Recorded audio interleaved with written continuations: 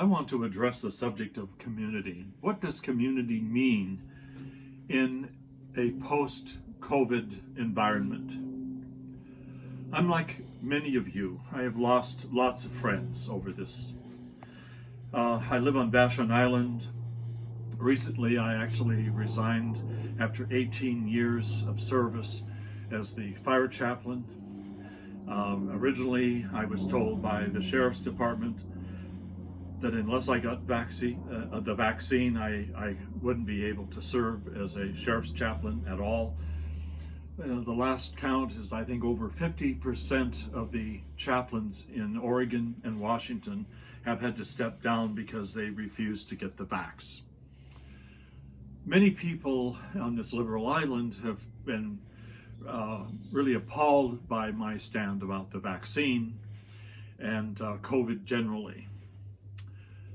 So I literally have lost a lot of friends over the last number of years. Even most of the ministers on the island seem to have wanted to distance themselves from me.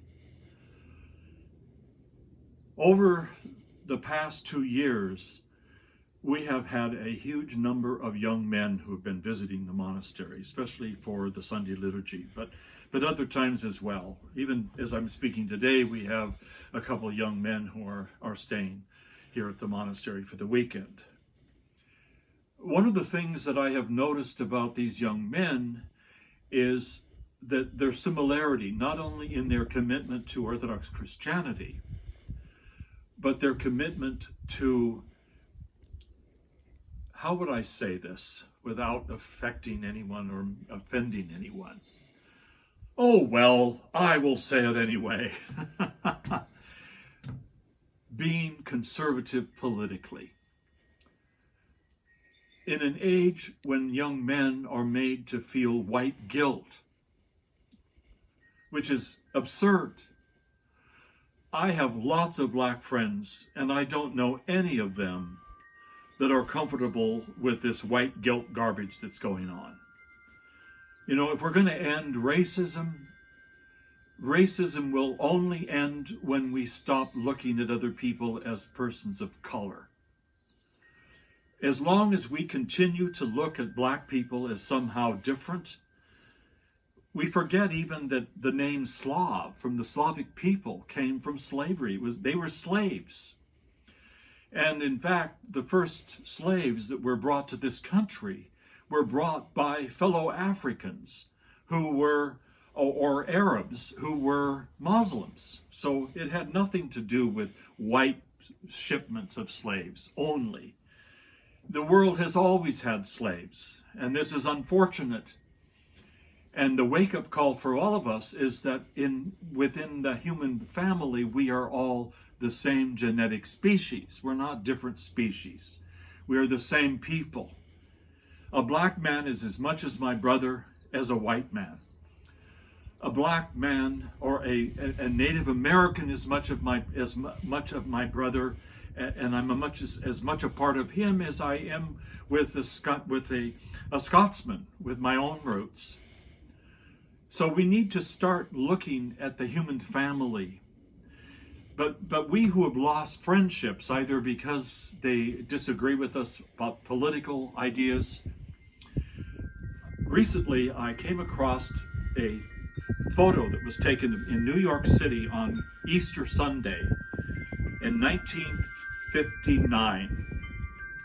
And there were two huge skyscrapers, and the lights in the windows in all three of them was the shape of a cross.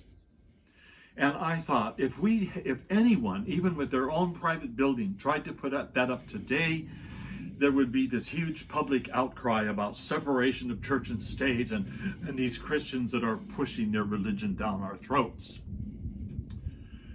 What it really tells me is how far as a society we have gone and departed from our roots. Now, I don't pretend to say that America has always been a Christian nation. But America has always been a nation of freedom of thought, freedom of religion. So when all of a sudden we decide that you are free to have ideas of transgenderism or same-sex marriages, but you're not free to believe in historic Christian teachings. And even to the degree that many of you are now homeschooling to keep your children from being destroyed spiritually by what they're learning in public schools. This is not the America that I grew up with. The America that I grew up in is the country of freedom, freedom of thought. And now we don't even have freedom of thought in our universities. Everybody has to be the same.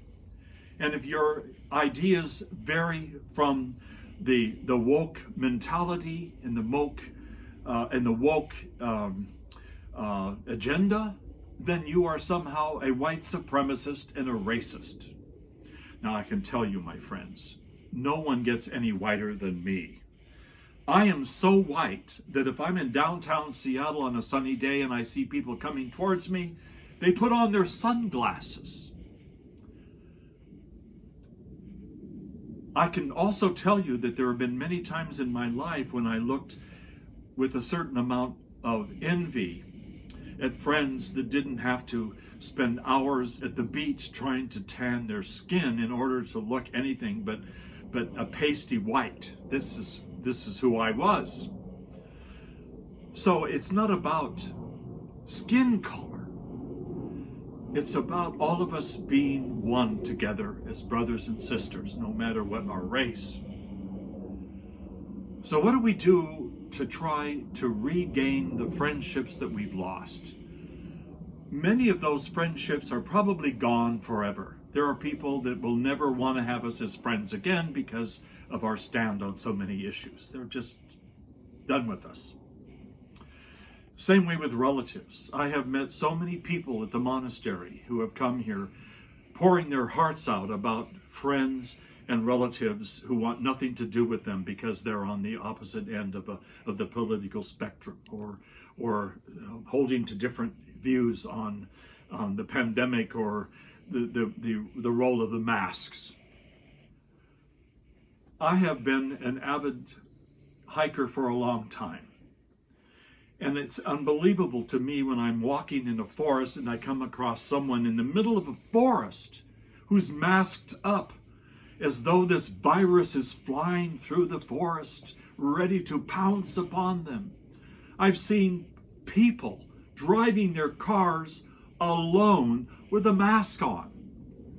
Never mind that there was a case a few months ago where an old man driving his car with a mask on fainted because he wasn't getting enough oxygen. And even though the mandate for masks in the state of Washington has finally been lifted, you would think that this wasn't the case when you walk around this island community and see all the people that are still masked up, paranoid that somehow they're going to get this. And what does that say about them? They're afraid of death. I'm not afraid of death. I am grounded in my relationship with Jesus Christ. I'm a priest of his church. If I am going to fear death so that I'm trembling every day, oh my gosh, don't let me get the virus, don't let me get the COVID virus, what kind of a Christian am I? I'm no Christian at all, because Christianity and our relationship with Christ cannot be based on fear.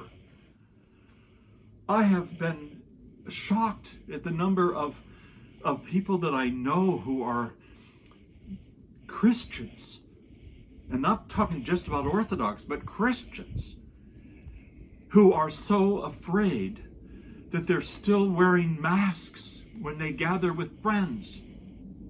I mean, it's unbelievable to me. So what do we do as individuals who need friendship? Well, the right place to begin, in my opinion, is within the parish that you attend. If you do not know individuals personally and have friendships with individuals personally, then start a men's group or a women's group. Start it and become part of that community of believers. And then you'll find that you have that support, that emotional and spiritual support that helps you walk this path. And if you have people that are going to guilt trip you because you have not taken the vaccine, or you're not wearing a mask when it's no longer demanded, I find it interesting that you can go into a restaurant on Vashon Island without a mask and order your food, and yet there are certain stores on the island that you can't go into without being fully masked. This is the kind of paranoia that is, well, I guess I would have to say, stupid. People aren't thinking. My own theory is that it has to do with having been deprived of enough oxygen to actually be able to think. So if you're one of those individuals who is finding yourself lonely and in despair because you've lost friendships that meant so much to you, start over, only the next time be more selective. Making sure that the friends that you start with are people that are going to stick with you and that have their basic in their root that connects your friendship is in Jesus Christ. And if you do that, you will be able to get through it. And then when people look at you or despise you, as we were told would happen in the end times by Christ himself, well, that's okay. We are in good company with the saints and the prophets and the martyrs that have gone on before us. So to all of you who may be watching this video, I want to tell you, stand firm in the faith. Find your place and build up friendships anew. And don't worry about all those people that walked away from you, but love them and pray for them. And in God's time, maybe they'll come back. Through the prayers of our Holy Fathers, Lord Jesus Christ, our God, have mercy on us and save us.